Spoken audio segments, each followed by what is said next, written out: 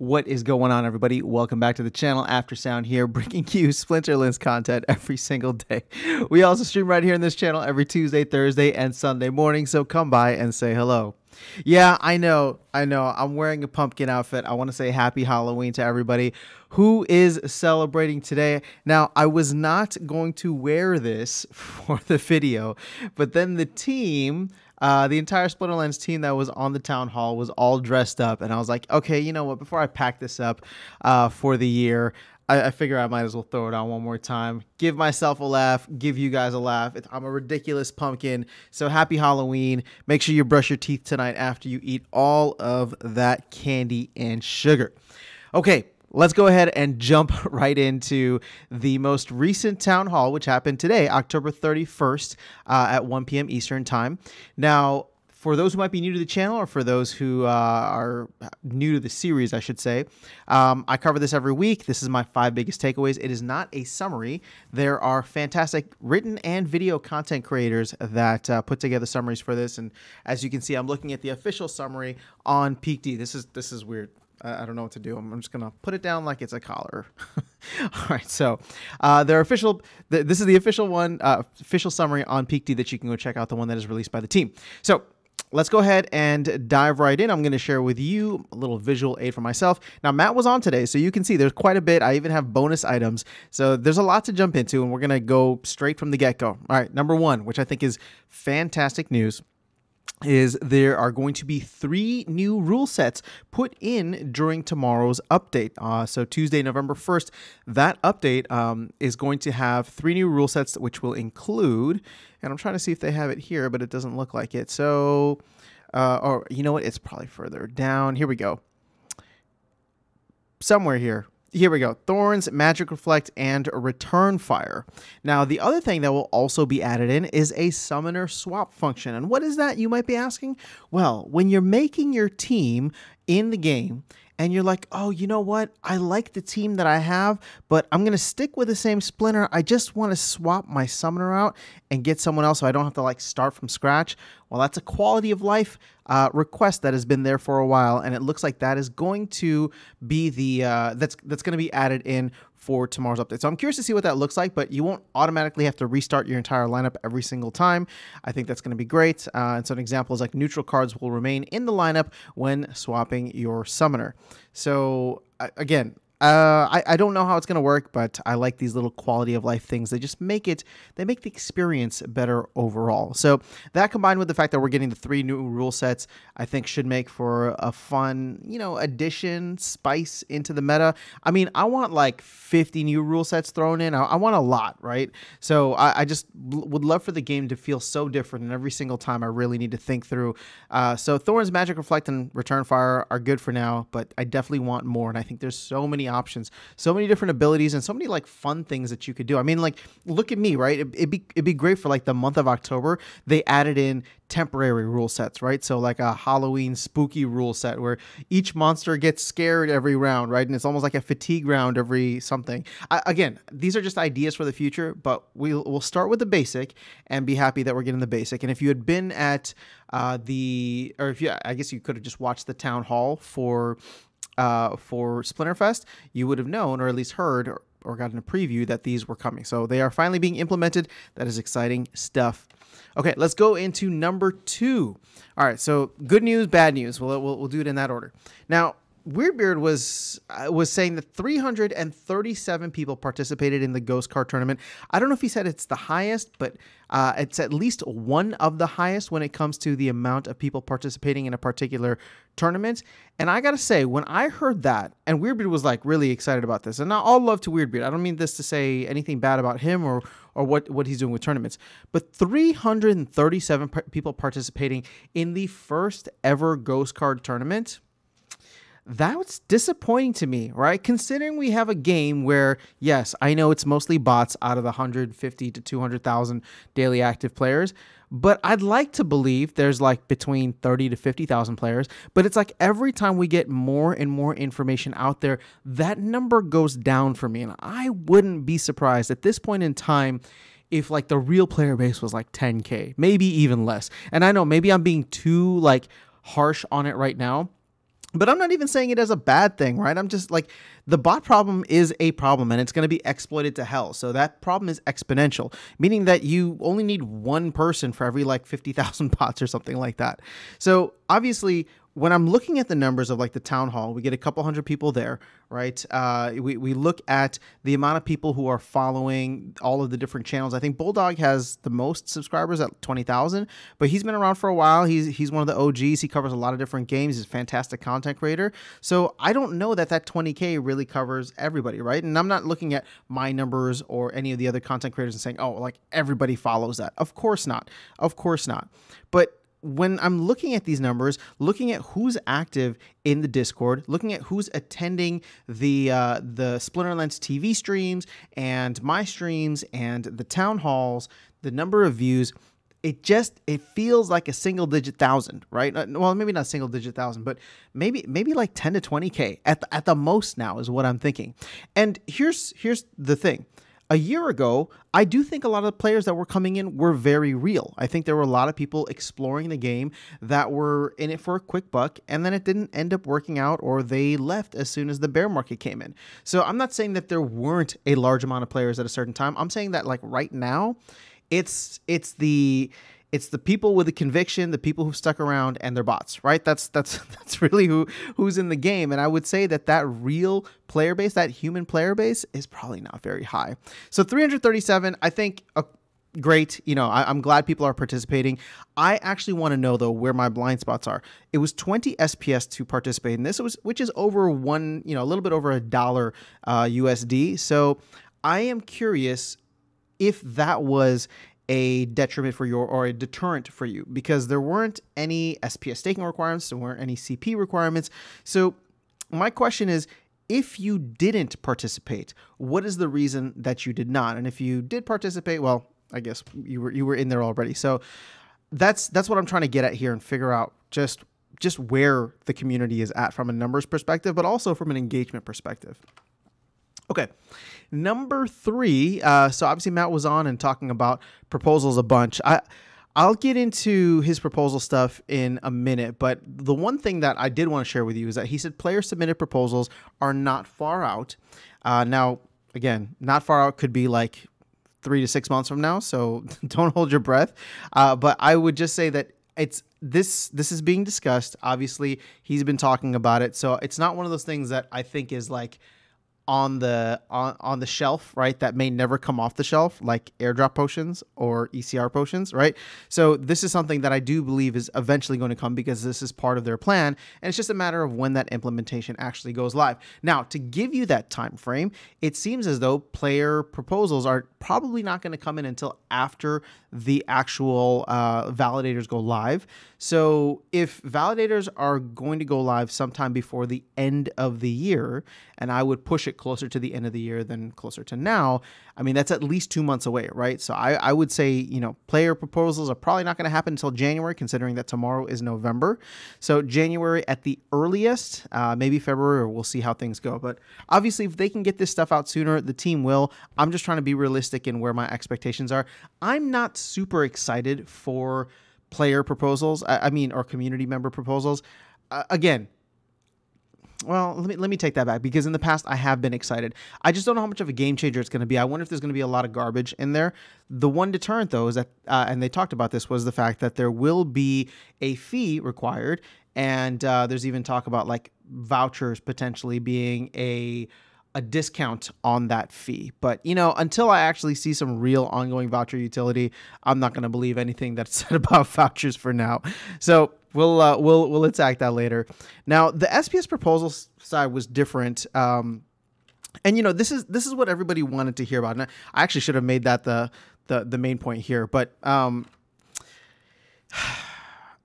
where it happened with SPS proposals is it's just they didn't hit on the thing that I think people really wanted to hear, and that is why are proposals like, what's the vetting process, right?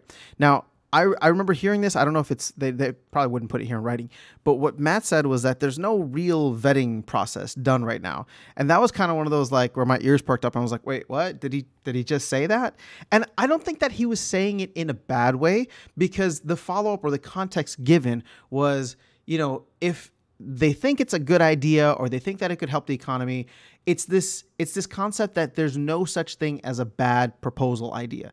It's just, if there's something that you think could help the economy, put it out there as a proposal and see what happens. Put it out there as a proposal and see what happens. And that kind of feels like what they did, right? In a way where it's just like, that wasn't the issue, because as people have gotten to wrap their heads around it a little bit more, myself included, right? It's just like, yes, you know what? It does make sense to price everything in DEC, but it's also the reason that the community reacted so negatively to it was not because it wasn't good for the overall sense of the economy and game. It's because it felt so insensitive. It felt so like inconsiderate, right? To me, that's where I was coming from. That's where my understanding of where the community was coming from. And so then to hear like, okay, well, yeah, there's no real vetting process. If somebody comes up with an idea, like it's interesting, let's just put it out there. And it's like, well, maybe vet it next time, or just a little bit, or just get a quick pulse on like what would the community think of something like this, considering we're only about a month past the Rift Watcher sale. So again, there was a lot shared in how the proposals are put together, and Matt went into a lot of detail about the proposals.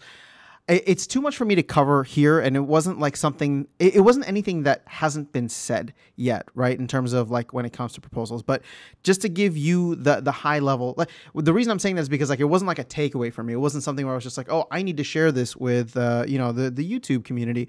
It was just like, okay, yeah, like a lot of this stuff we've heard before, or we've thought before, or even on specific proposals. It's just like, yeah, this has been discussed already, right? So the main things that are here, though, it's like goal with SPS is to allow for anything to be proposed, right? So again, that's the main thing there. And then the team goal is to take any ideals. So here, team doesn't want to play gatekeeper and limit the ideals feedback that gets proposed. And then I don't know if they have it here. Oh, here. Everything that is put up as a proposal by the team is not expected to be passed. And Matt even said, the Rift Watchers and licenses being purchasable in DEC could be good examples of the community giving their feedback. And once again, like I said, I feel like the emotion that was withdrawn from that wasn't necessarily about the proposals themselves, but it was about when they were put in and the lack of consideration in terms of like the timing. So, but again, I'm still, it probably sounds like I'm still salty about whatever, but these proposals are live now and you can go vote on them. So that's why I don't want to harp on this too much. I think that it was an interesting look at the way Matt is very, very top down, right, approach. He's thinking very high level about this stuff, which we want, right? We want Matt to be planning this game out and something that can succeed for years to come. So, but in terms of like specifics on proposals and all that, I don't know that people will get the answers that they wanted. There was a lot of transparency given, but I don't even know if the transparency is like, there wasn't anything there that was just like, oh, okay, like this is a great process, or here's a way that we can work on the process. It was just like, there's no real process, and that's what decentralization kind of is, right? In the future, other people, from the community will just be able to put in proposals and people will vote on them. And I don't know what the threshold will be. I don't know if it's going to be, can you imagine if somebody just decides to spam the game, spend their money to spam the game and like throw proposal after proposal? Again, I'm not saying that's going to destroy anything. It's just like, it's going to be very cluttered and clunky, but I'm way off. I'm way outside of my depth here and way beyond what I was trying to cover. That's what we have for SPS proposals. Okay, number 4, Lux Vega was confirmed to be available for DEC, and it sounds like there are some voucher discounts that will be available as well. And Matt said that it could be as early as next week, maybe next week. I think that there's a lot happening, so I wouldn't place my money on next week just yet. We'll have to see how the how the Rooney stuff plays out later this week. But even if it's another week or two from now, it sucks that we don't have it. It felt like it's something that should have come like right after Splinterfest, but here we are. So hopefully we do get it sooner rather than later. The big takeaway though for me was the fact that this is going to be priced in DEC. We've already seen DEC do a decent pump over the last couple of days, and you know, anything with voucher utility I think is going to be great. So, all right, number 5, some land alpha for you guys, and I would say that for the most part, I would have been surprised if something else had been suggested, because it's not like this is unexpected, but at the same time, I just wasn't thinking about land in this way. But I was excited about what kind of resources and what kind of trading and markets would be available for land resources when they became functional. And so Matt did confirm, based on a question, that DEC is going to be the LP pair for all land resources, so that you don't have to create a bunch of different liquidity pools. And that's probably a big reason for why they want to just get DEC as close to peg as possible and keep it as close to peg as possible. Because and I don't remember what the things are, but it's just let's say you have like stone and wood, or you want to trade stone for wood. With all the different kinds of elements and different kinds of resources that will be available, you don't want to have all of those different like liquidity pools. So you will just have a DEC stone and a DEC wood. And when you go in, you're swapping stone for wood, but on the back end, there's 2 transactions, right? It's stone to DEC and then DEC to wood, which is something that I wish Tribal Decks would do now. But you know, hopefully the team will be able to build that in for the actual game itself. And again, Tribal Decks is completely separate. It's a different project. I think there's a lot of the same people within Hive or Hive Engine and within the game, within Splinterlands, but that is actually a separate project. So I'm excited for these multiple kind of or chain transactions to be able to be done with all the land resources. And again, I don't know that we're going to get land until the second half of next year at the earliest. I'm sorry, functional land until the second half of next year. But in my mind, that's also why, you know, there's not a big rush on DEC getting back to peg right away. Like, let's just focus on getting the game into a better place. Let the markets market. We're in a bear market, and I don't see the need to like blow things up in order to get DEC back to peg. But that's just me. So, and that's a little bit of an aside. So we actually covered all 5, so we can jump into the bonus stuff now. The Rooney General Mint is coming up this Thursday, so just in a couple of days here. Again, there's not much information in terms of, or not much new information in terms of that. You know, the 4,500 are going to be available. If anybody doesn't complete their allow list or white list, that will push into it. But I think we're close to all 2,000 being minted so far. The only thing with Rooney, I should say, is that, you know, they're really excited about this. They want to do more with it in the future, and not just like more Rooney style projects, but more projects that incorporate Rooney. They want Rooney to have value on land, be stakeable or usable, and work the land.